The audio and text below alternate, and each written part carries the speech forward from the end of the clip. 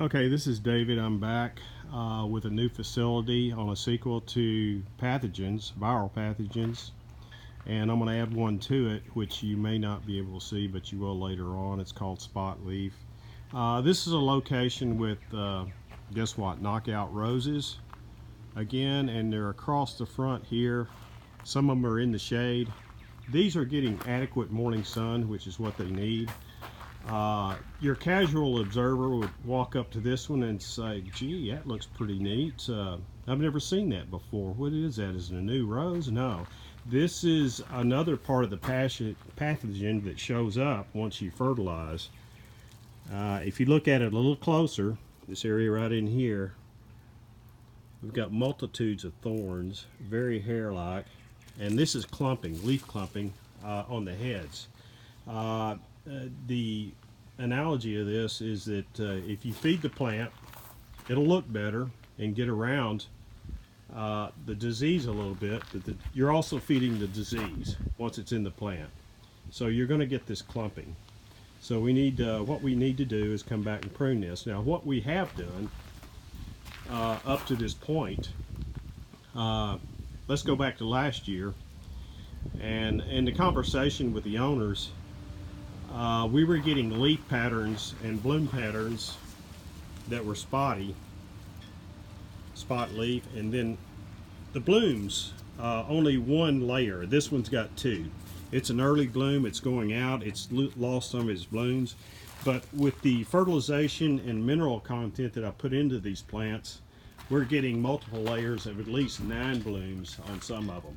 And especially the ones that are smaller, because the analogy of this is to reduce the size of the plant so that we can get a healthier plant. We don't feed as much of the stem as we would feed as far as the bloom and the leaves go that produce the flowering production of the plant.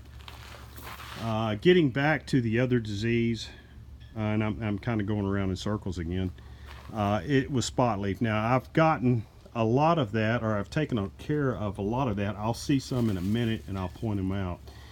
Going back to last year, what I needed to do is tell the owner we need to prune these back, and we need to prune them back so they don't have to feed as much of the pathogen, or they don't have to feed the bulk of the plant so they can produce flowers. We also went through a process of where we're feeding minerals and lowering the pH of the soil. That will allow the plant to feed at a faster rate, and then we add minerals. Zinc is a good one, copper is another one, magnesium, which in this area of North Texas, this is what we're missing in our soils in the black clay region. Roses are pretty much an acidic plant.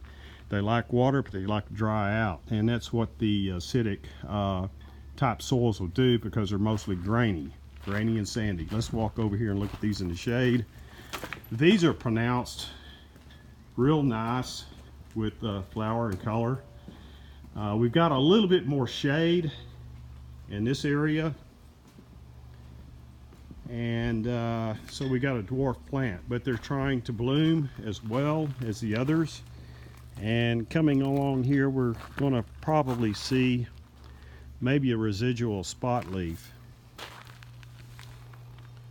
Don't really see it at this moment, so my job is going good. That lowering the pH, and then we take a fungal, three-way fungal chemical when we put that into the soil.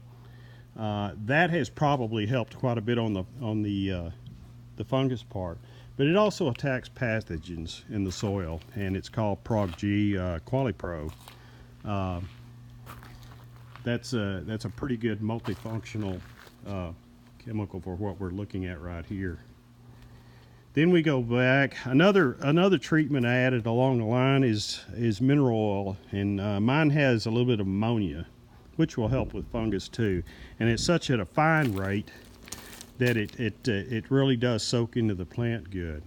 But I also mix hydrogen peroxide as far as a topical treatment on this thing, which will allow it to excel in the oxygen rate. That one more oxygen molecule will help with the flowering, blooming, and feeding.